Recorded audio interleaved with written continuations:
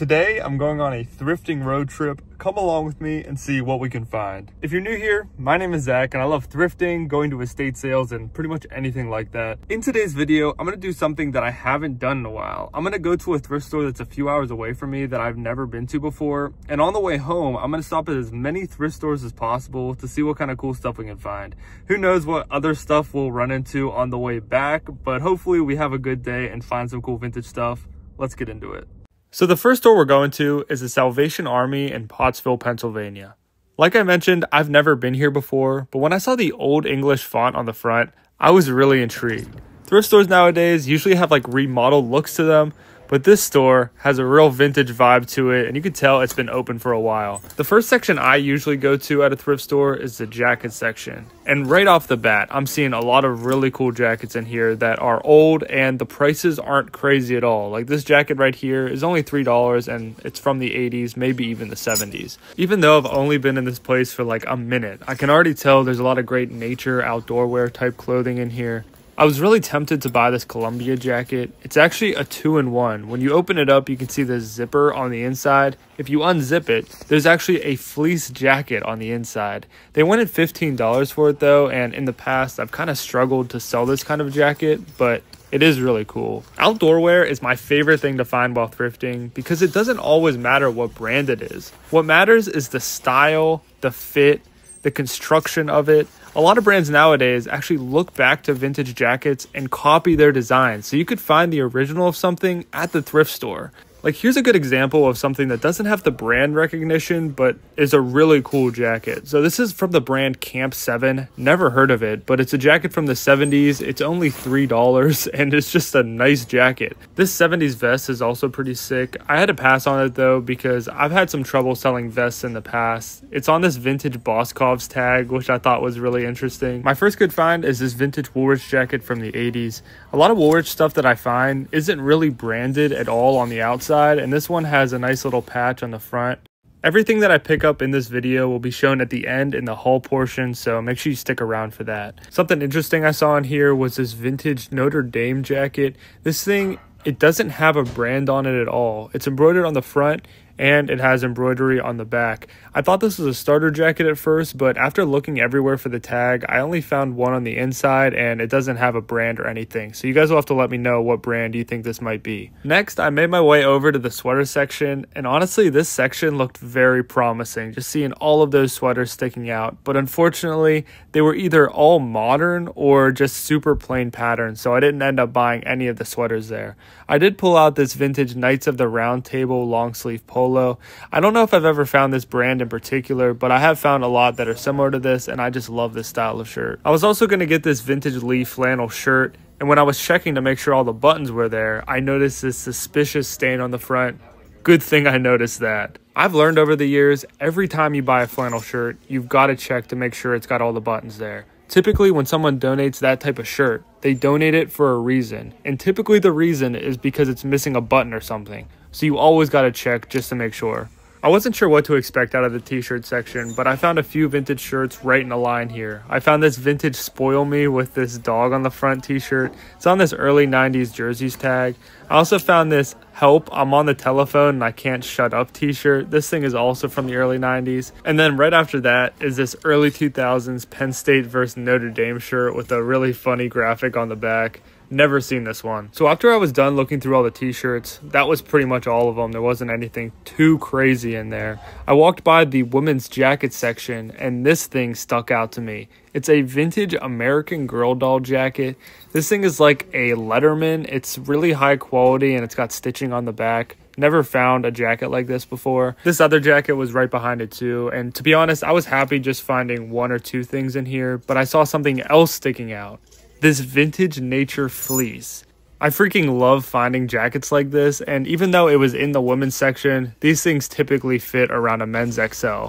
I didn't buy this green jacket, but I wanted to show you guys the tag. I love 80s tags like this. Something else I saw but didn't buy was this vintage Sean John sweater. The colorway is actually pretty interesting, but Sean John is Diddy's clothing brand, so I'm guessing that's why somebody donated this. So after I looked through the rest of the clothing sections in the store, I decided to go over to the wares to see what was going on over there, and I found this vintage deer tapestry rug thing.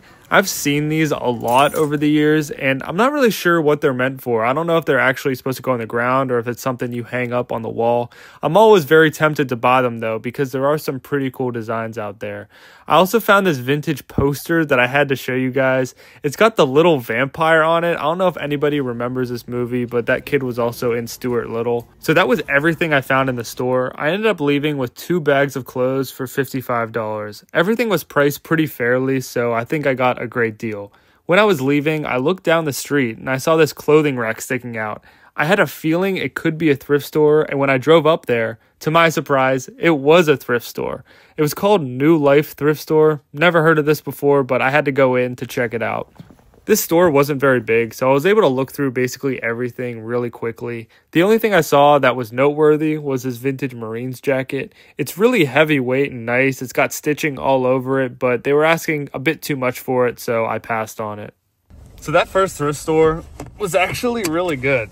When you see a thrift store that looks that old on the front, there's a good chance you're gonna find something good inside. I don't know, that's usually how it works. But as I was driving through the main street, I did see so much old stuff that I wanted to show you guys. So after this, I'm gonna drive to the next store, which is a thrift store. But on the way, I might stop at some of the older places around here just to give you an idea. I'm just gonna do a voiceover when I show you that stuff, but the next time you'll actually see me is when we pull into the Goodwill. So a few blocks away from the thrift store on the main street of the town, these abandoned businesses caught my eye. The main thing that I saw was this Paramount Shoes sign that was up above. Can anybody tell me how old you think this sign might be? It seems extremely old. Like this building had to have been here for such a long time. The front displays have all been cleared out except for like a rolled up poster and this tuxedo sign in the door. But when you look through, you can see so many boxes in the back. Since this building is so old, you never know what you might find in the basement or the attic of this place. There was a lot of cool looking abandoned stuff in this town, like this whole factory. It sort of looks like a haunted house or something. Every time I go to a new thrift store, I try to take the back road just to see what I run into, and I saw these 2 abandoned buildings. The building on the right, I think, used to be a restaurant, and this one on the left was an apartment building strip. They're sort of like townhomes, and whenever I drove by it, I noticed that the basement door was completely open, so I thought I would walk in here just to see what was going on inside. The fact that it was so cold and quiet around here made it even more creepy. I mean, just look at this basement. It's terrifying. There's like a chair randomly in the corner. Not sure if it's haunted in here or not. I went upstairs and unfortunately there was like a piece of drywall covering the entrance to the door, so I couldn't get upstairs, but it seemed like everything was cleared out anyways. But definitely a freaking creepy place. I had to get the hell out of there. Okay, so I just got to the Goodwill and you can see there it is right there. But then also on the other side, sorry, my camera's being annoying. There's an Ollie's, so we're gonna check out in there to see if there's anything good. So this is so weird. So I think this is a mall. I thought this was the Goodwill. I guess there's a mall in here. I was extremely confused when I walked in here, but it turns out there's like a mini mall inside, and 80% of the stores are now closed down, but Goodwill has survived. It's still in here. So Goodwill is in the center of this mall. I've never seen a Goodwill in a mall like this. I thought that was pretty interesting. I guess at one point there was a hot dog food stand in the center. Those were the days when you could just get a hot dog and walk into Goodwill. There's also a bunch of slot machine things in the center here. It's so weird how in Pennsylvania and like different states they allow this now. They're just everywhere. It's so random and weird. I've never been in a Goodwill in a mall before. Maybe these will become like my new lucky spots and I'll just travel around trying to find different Goodwills and malls. The first thing I found was this vintage Excalibur hat. This is a casino in Vegas, so it's sort of fitting the slot machine vibes that are going on outside, so it's kind of perfect. Next, I found this vintage Hard Rock Cafe t-shirt. This thing is actually from like the early 2000s. I didn't end up buying it because it was just a little bit too new and super plain. I also found this other early 2000s t-shirt here. The t-shirt section was definitely giving me some interesting shirts. I found this early 90s Police Officers Are Special shirt, and then right after that, I found this Firemen Are Special t-shirt. These types of shirts, I'm never sure if I should buy them or not, because I know somebody out there has got to appreciate it and think it's like a funny shirt, but I'm sure a lot of people would never buy something like this, so I am always torn if I should buy it or not. I think I finally found a vintage sweater that was worth picking up. I love the sweaters that have this cotton tag. They're always really high quality and nice. I also found this vintage Marlboro jacket. The only problem with it is there's no branding at all on the outside. The only thing that says it's a Marlboro jacket is literally the tag. So if you wore it, you'd have to be like, hey, come check out my tag. And this Woolrich jacket is a good example of what I was talking about earlier. Most Woolrich jackets have no branding on them whatsoever except for the tag. So it's kind of like a double whammy of just like plain jackets. Since I've never been to this store, I was pretty much just wandering around aimlessly trying to figure out where everything was. I spotted this vintage Shippensburg University corduroy hat on one of these shelves. I also made my way over to the houseware section to see what was going on here, and it was one of the biggest houseware sections I've seen at a thrift store in a while. There was so much different stuff in here. I started poking around in the glassware section, and I found this vintage 1980 Philadelphia Eagles McDonald's glass. If you remember in one of my previous videos, I found one of these that was less faded. Since this one was super faded, I didn't end up buying it. I also found this vintage Budweiser glass and this Red Lobster Shark Attack glass. Never heard of this promotion before. I feel like it's probably from the 90s. I'll be honest, I never used to look through the houseware section, but now it's one of my favorite parts about thrifting. You just never know what they're going to put out over here, and they bring out a lot of new stuff all the time, so you just never really know. In the picture section, I saw this vintage mirror sign thing. It has a lemon tree with some shutters next to it. I thought that was really cool, but I didn't end up buying it. The hard part about looking through the houseware section is all of this stuff is awkwardly shaped, and it's extremely hard to either store or find a place to display it at your house. So you got to be really picky about stuff. I'm super pumped I decided to walk around this section though, because like I said earlier, you never know what you're going to find. And I found these two vintage NASCAR signs. These things weren't even in the picture section. They were just sitting on the shelf like I showed at that first clip. They were just sitting like that. So random, but these things are super cool. They were only $4 and $5, so I had to buy them. Here's me outside of the mall Goodwill with all my finds. Not sure why I wasn't smiling here. I look pretty terrifying. I look like I might be the ghost of Goodwill haunting this abandoned mall. But anyways, now I'm into Ollie's. If you're unfamiliar, Ollie's basically buys store closings and store liquidations and then resells all the items they bought from them for like pretty low prices. The main reason I go in here is because sometimes they buy clothing store liquidations and they have vintage clothes in here. It doesn't happen that often, but if you go in a lot, you can get lucky. If you're into toys, sometimes they do this with toy stores too, and you can find vintage toys. Like I found this early 2000s super yellowed toy in here. Sometimes they have a lot that are like this. I went over to the clothing section, and you guys are not going to believe this. It was filled with Sean John stuff. I don't know what it is with today, but there's a lot of Sean John. I guess they bought a Sean John store liquidation or something, but they had a ton of it. They didn't just have Sean John stuff. Like I did see some Eddie Bauer stuff too. If you're looking for cheap clothing, sometimes even cheaper than a thrift store, you should try to check out Ollie's. You might find a good deal. They also have a lot of different pants here too. Plus, it's a lot of fun to look at all of the different Ollie's cartoons hung up around.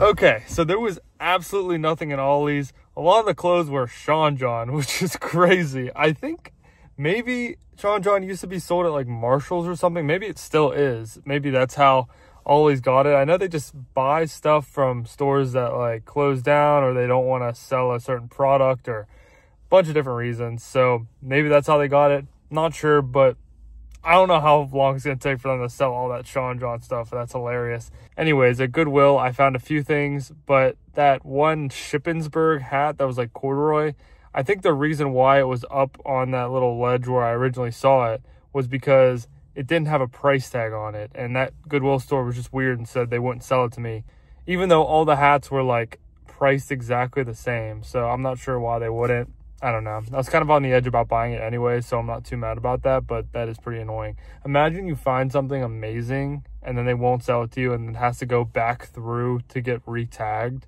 It's kind of nuts. I mean, all those workers, they should be able to tag it themselves. I know some people will remove a tag so they get a cheaper price, but I mean, come on.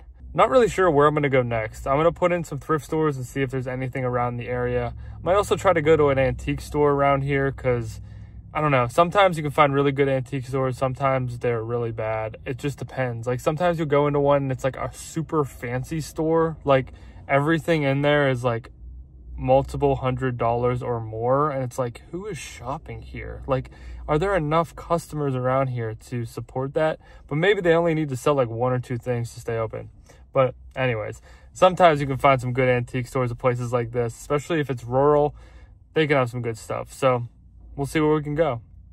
Okay guys, so this is extremely random, but I was driving along and I saw this sign for a record shop, and when I looked at the records in the window, they all seemed like really sun faded and old. So I was like, this place has probably been here for a while, so I might as well go in and check it out. It said it was open 3 days a week, and one of the days was today. So I went inside, and it's huge in here. There's so many records. Like, there were just stacks of boxes and boxes. As I was walking around, I realized I don't see anybody in here. So I started yelling out, "Hey, is anybody here?" And nobody was responding. So I turned around to leave, and I see on the door, it says, "Main entrance in the back, parking around back." So I got in my car and drove around back.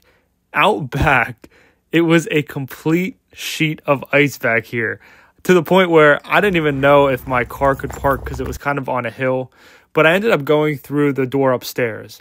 But what was strange was when I got inside here, there wasn't anybody in here either. And there were even more records, like thousands and thousands and thousands of records in here. At this point, I got kind of scared that somebody would just come out and shoot me or something. So I started to leave, and on the door, there was a number. So I started calling the number. There were a couple other numbers on the outside of the door that I started calling. And right when I was about to leave, this guy comes out the door, except he wasn't even the owner. He was just another shopper. And he said that the worker of the store was downstairs in his office. So he went and got him, and the guy showed me around a little bit. He showed me all the different things. I'll tell you guys the complete story after I show you these clips, but basically he let me look around a lot. I wanted to know if there was any clothing or posters or anything like that, and he pointed me towards a couple things, but to be honest, they just didn't have a lot of that kind of stuff. Unfortunately, I'm not a record collector, so this wasn't my thing. But I always try to look through places like this because you never know who might have clothing. This place could have very well had a whole room full of clothes that they just don't advertise about. All right, that was like the strangest experience ever. So I walked into that record store. I pulled up off the road, and I opened the door, walked in. You saw in that first clip, and I was yelling around. I couldn't find anybody, right? So then I looked on the door as I was walking out, and it said that the entrance was in the back and it had parking up here. So I drove around here and I parked, and it's like a whole sheet of ice. Like, it is so frozen back here. My car was like sliding as I was parking. It's sort of on a hill, so I was scared that it was going to like roll backwards, but it was fine. Anyways, so I parked the car and I walked in up there screaming around. It was like nobody was in there at all. And it was the most records I've ever seen in one place. It was seriously insane. I didn't even show. There was like multiple different rooms that had other records too. And like, it was just, everything was stacked. Finally, so I was like calling, as I was walking out of the upstairs, there was a number on the record store like name underneath. It had the number. So I was calling that, and it said that the number didn't work anymore. And then on the outside, there was like 2 other numbers. So I was standing out there calling those numbers. Then this guy walks out, and he was like, "Oh, I'm just a shopper here, but I could show you to the guy." So then I walked in, and like, if he wouldn't have come out there, I definitely would have just left. But so I ended up meeting the guy who wasn't even the real owner. I asked him if they had any clothes or posters or anything, and he said there were some posters around, and there were, but honestly, like, nothing too crazy. A lot of the posters that were up were just ones that were from the inside of records and were pretty beat. So I'm sure there could have been something in there that I could have bought, but he was telling me that they're mostly like a wholesale record place. So that wasn't me at all. And the guy that I met there that wasn't the actual owner, he told me that he comes like every couple months to shop, and he buys like a ton of stuff. So I guess that's why there's so many records there, but it was wild. So now I guess it's time to go to another thrift store. Wish me luck. So I've got a pretty bad memory, and I didn't realize it, but I actually have been to this thrift store before. So when I walked in, I was pleasantly surprised because I have found some decent stuff here before. The first thing I found is this Rehoboth Beach sweatshirt. I love this tag. I also found this jacket with a plaid interior. I love jackets like this. It's super low-key. There's like no brand on the outside or anything. I also found this leather jacket from the 70s. This is the type of thing I never know if I should buy this or not. Jackets from this time period can fit a little bit weird, so it's kind of a gamble. It might end up fitting quite strange. I found a Hard Rock shirt at every thrift store I've been to today, and I haven't bought a single one. Lately, I've been having a hard time selling the really plain ones, so I think for now on, or at least for the time being, I'm going to leave them. Unless there's something really special about them, like a big back print or something like that. Back in the housewares section, they had tubs full of sunglasses and glasses. This must have taken them so long to tag these all individually. Not sure why they didn't just put them at one price. I'm sure it would have all evened out if they were all just one solid price. So I didn't find too much at that store. All I found was this Rehoboth Beach embroidered sweatshirt. I love this tag. They have like the nicest sweatshirts on this tag. It was only $5.99, and every time I'm at the thrift store, if I find only one item, I typically would just leave it. And looking back at last year, I probably did that like 40 times. So really, I left 40 cool things at the thrift store and didn't buy them because I didn't want to wait in line. So this year, I'm not doing that. If I find something cool, I might as well just buy it. I mean, it's not wasting that much time. I already went in and looked through the whole store.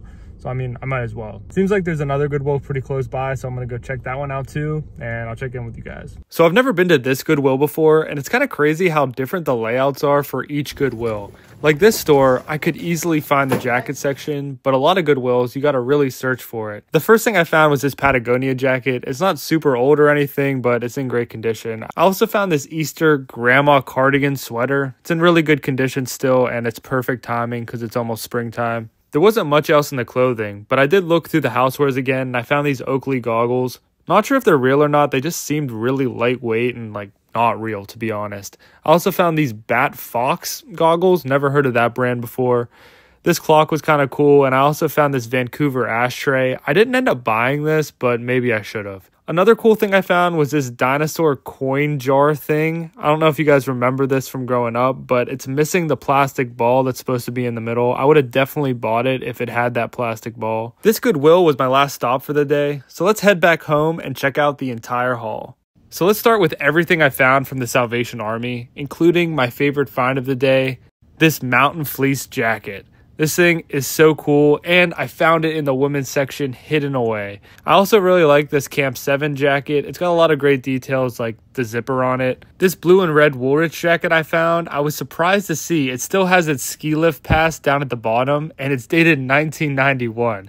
The jacket itself is from sometime in the 80s, so this makes sense. This camo jacket was like hung up on the hanger kind of weird, so I couldn't even tell what it looked like until I got it back here, and it looks really sick. Here's a better look at the American Girl doll jacket. This thing's got to be from the late 90s, early 2000s, and is surprisingly high quality. I wouldn't say I pick up St. John's Bay clothing that often. Most of it is pretty plain, but they do make some great outdoor wear if you're ever out looking for it. This one, I thought it was pretty funny. They accidentally stitched the tag on upside down, so it was sort of like a misprint. Here's a better look at all the white t-shirts that I found together on the rack. They're the most random t-shirts to find together, but I'm not complaining. Now for the finds from the mall Goodwill. I found these two NASCAR pictures. These are so cool, and they're in great shape. At the last vintage event that I did, I brought a Dale Earnhardt cardboard cutout, and it sold really fast. So I'm thinking about bringing these. I'm definitely not going to ship them out, but it would be a fun thing to have on my table because you could easily buy these and then hang them up at your apartment or house. So it's kind of the perfect thing to have at an event. Here's some of the other random finds from the day too. I wanted to thank you guys all for watching the video if you made it this far. I put a lot of work into this video. It took a lot of time to edit and do the voiceover and everything like that. So I really appreciate you guys watching. If you enjoyed this video, please give it a like and consider subscribing to my channel. And thank you again for watching.